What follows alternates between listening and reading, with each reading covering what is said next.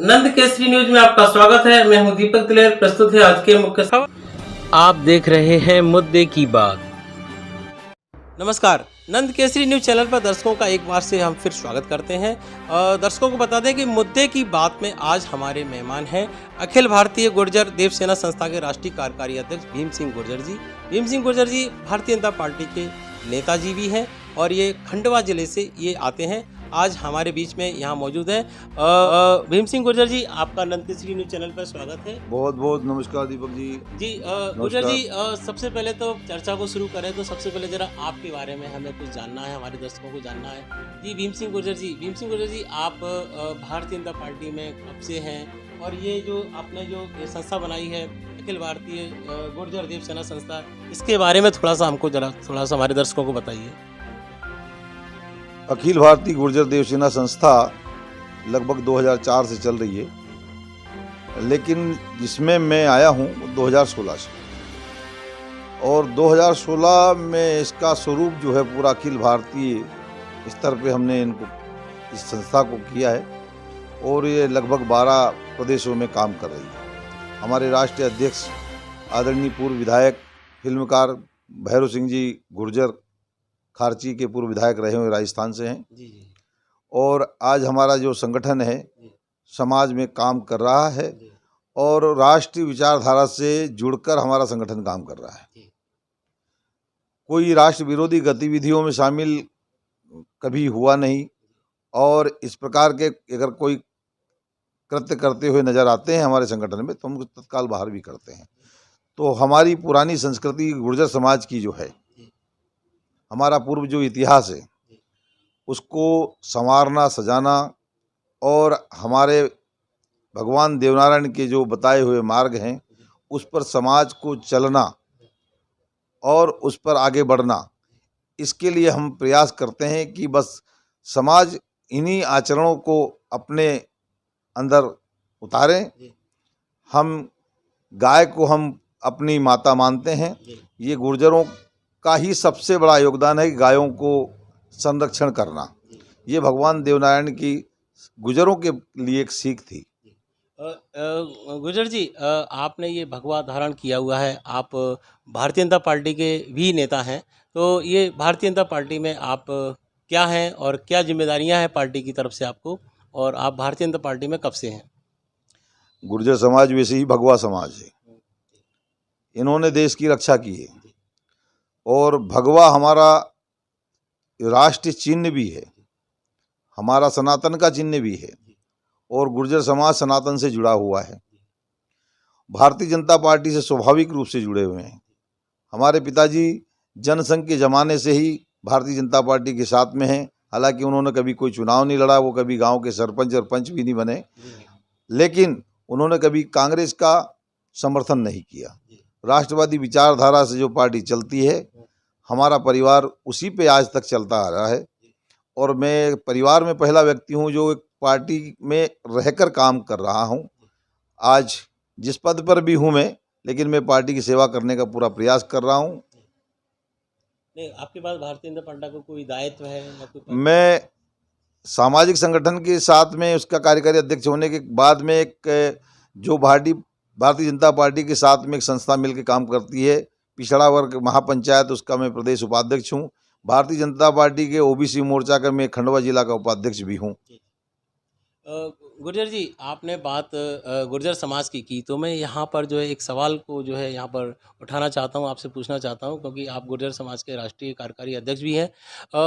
हमारे महाराज जी हैं हरिगिरी महाराज जी, तो उन्होंने जो है गुर्जर समाज के लिए कुछ सूत्र, कुछ नियम, कुछ बताए हैं और जिस पर उन्होंने कहा है कि अगर ये समाज अगर इन पर चलता है तो आगे बढ़ेगा।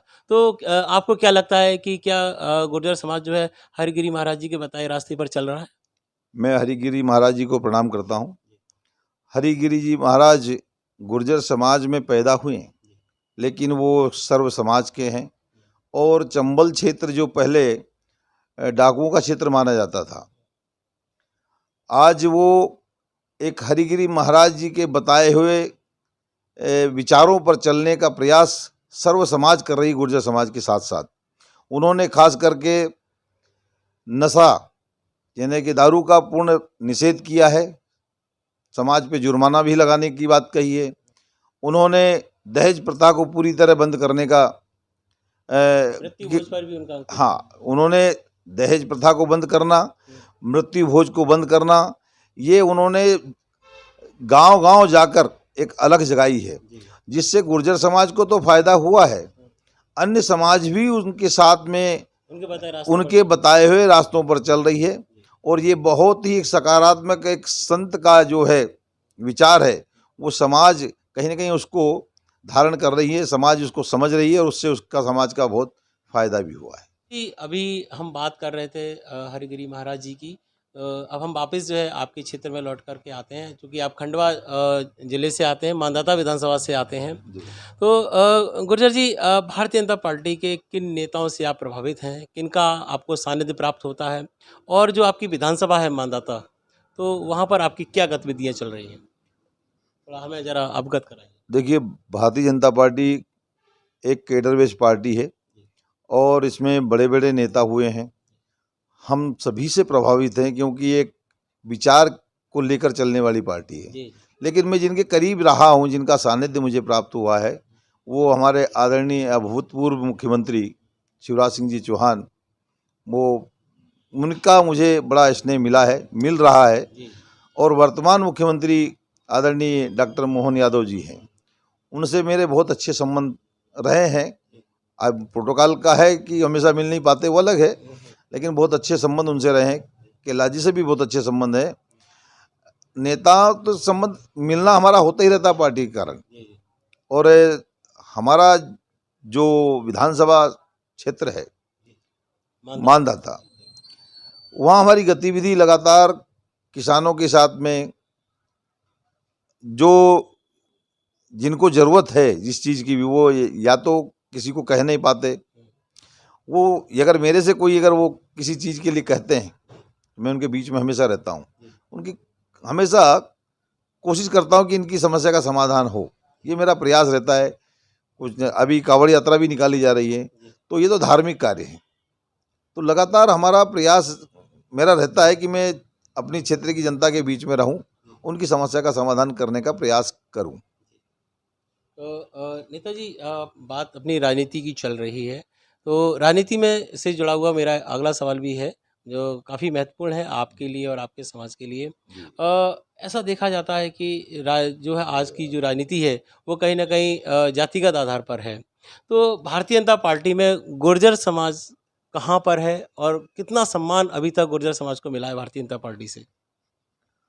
देखिए, ये तो अपने अपने कर्मों के ऊपर में है। अपन जितना काम करेंगे उतना आपको आगे पार्टी बढ़ाएगी।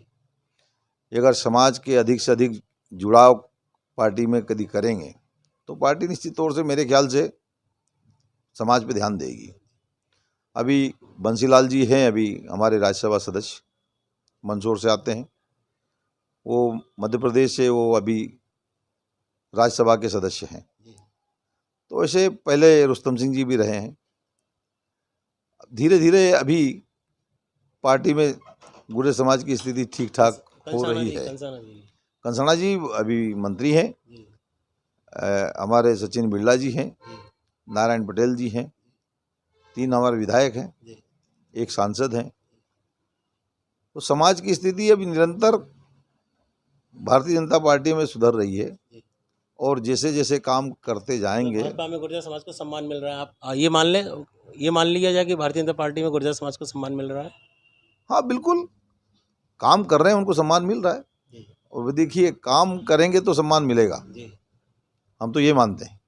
और भारतीय जनता पार्टी में समाजवाद की, समाज की स्थिति कम है, समाज को लेकर पार्टी नहीं चलती है, कार्यकर्ता के कार्य के रूप में ज़्यादा उसको देखा जाता है कि काम कैसा कर रहा है।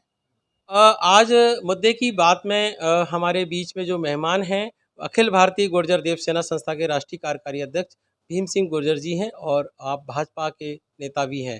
तो भीम सिंह गुर्जर जी, अभी जो है हमारा आपकी चर्चा हुई, आपके बारे में चर्चा हुई, हरिगिरी महाराज जी पर भी चर्चा हुई, और आपके भाजपा में जो आपके जिन नेताओं के साथ में आपने काम किया उन पर भी चर्चा हुई, और आपने उन सभी का बहुत ही बखूबी अच्छे से जवाब भी दिया है आपने।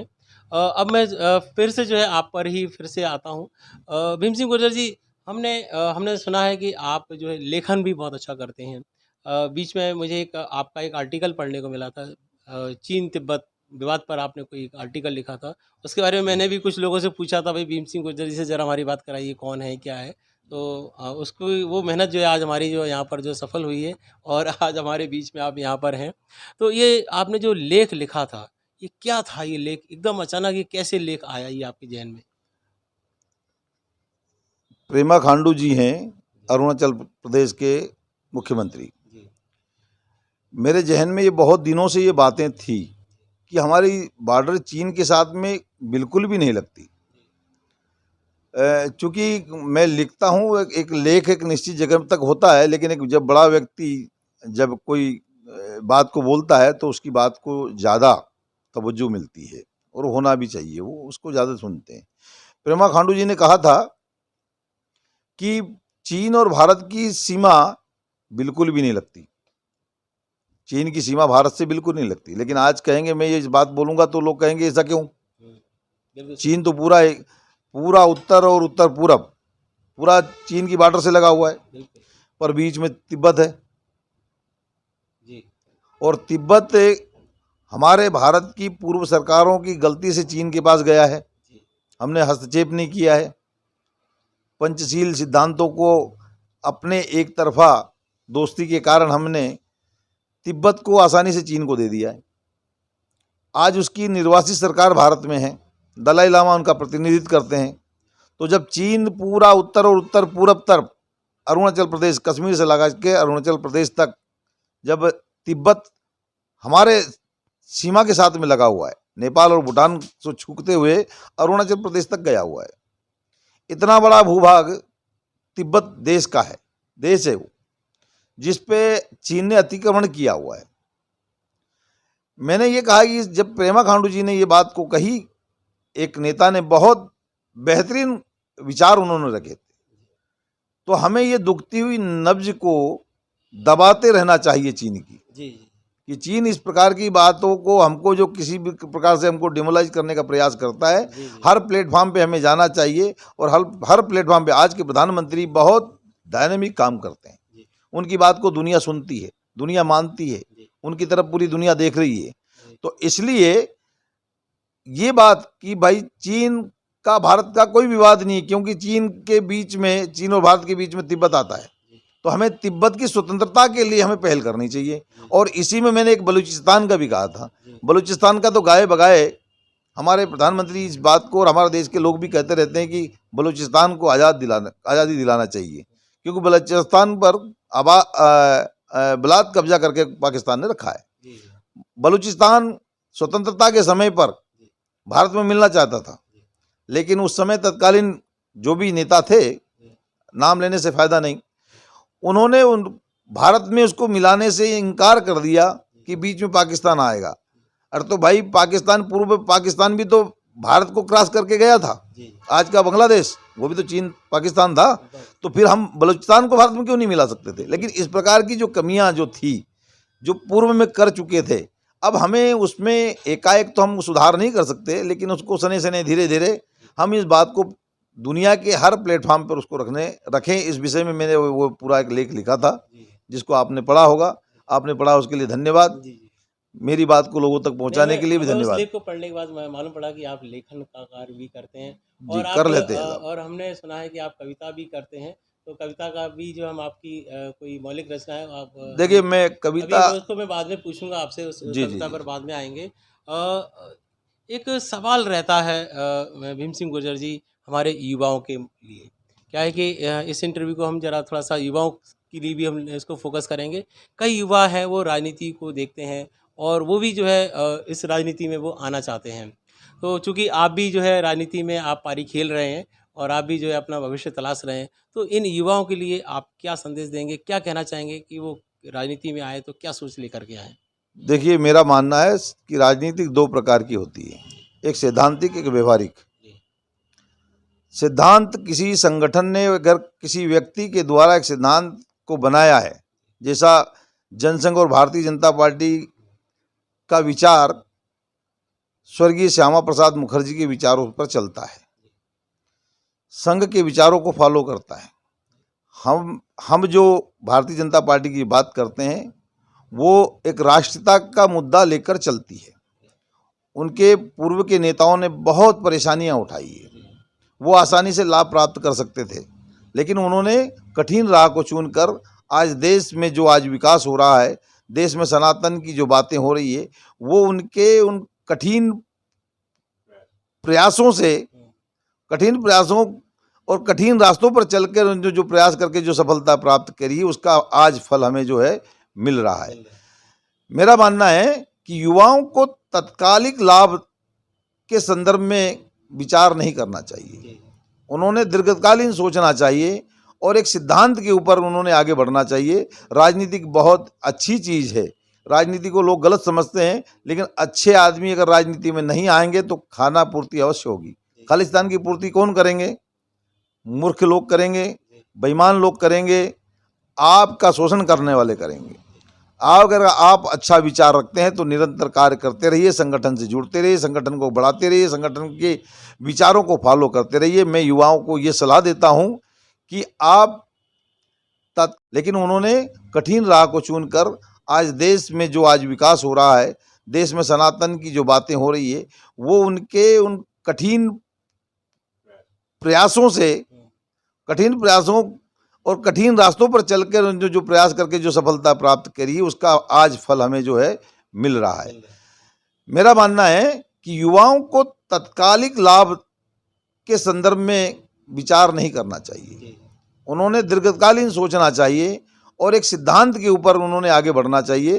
राजनीति बहुत अच्छी चीज़ है, राजनीति को लोग गलत समझते हैं, लेकिन अच्छे आदमी अगर राजनीति में नहीं आएंगे तो खाना पूर्ति अवश्य होगी।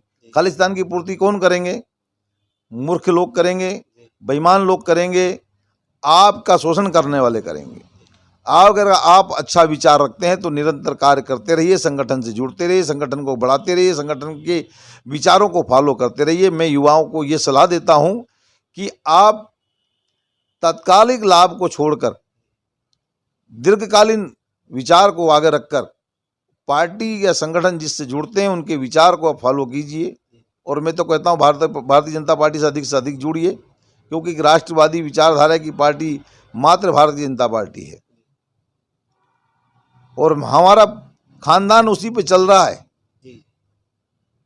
मैं उसको इसलिए नहीं कि मैं कुछ पाना है, लेकिन वो भारतीय जनता पार्टी भारत की प्राचीन परंपरा को, सनातन संस्कृति को आगे निरंतर बढ़ाने का प्रयास कर रही। इसलिए मैं भारतीय जनता पार्टी से निरंतर पीढ़ी दर पीढ़ी जुड़ता चले जा रहा हूं और आगे भी हमारे भी आने वालों को यही कहूँगा कि अगर राजनीति में अगर आना है, अगर हमारा मताधिकार का प्रयोग भी करना है, तो राष्ट्रवादी विचारधारा से संबंधित पार्टी को ही आप चुनें। भीम सिंह गुर्जर जी, समय की थोड़ी हमारे पास में बंदिश है, बाध्यता है, और अब हम अपनी चर्चा को विराम करें उससे पहले जो है आप हमारे पास जो जानकारी आई है आपकी कि आप जो है गुनगुनाते भी हैं, कविता भी पाठ करते हैं, तो यदि कोई रचना आपके पास है तो ज़रा हमारे दर्शकों को आप गुनगुना के थोड़ा बता दीजिए। देखिए, मैं ऐसा प्रोफेशनल कविताकार तो हूँ नहीं, लेकिन कभी मन में कोई चीज़ आती है तो मैं कभी कभी लिख दिया करता हूँ। तो मेरी छोटी सी रचना है, मैं आपको सुनाता हूँ, जो संगठन और देश के ऊपर में भी है वो, और युवाओं के लिए संदेश भी है कि हर हाल में सदा मुस्कुराते रहें, हर हाल में सदा मुस्कुराते रहें, मुश्किलों को अपना बनाते रहें, सपनों को अपने सजाते रहें, मोहब्बत से बाधा हटाते रहें, डगर है कठिन फिर भी चलना है हमें, पग अपने हमेशा बढ़ाते रहें। बहुत सुंदर।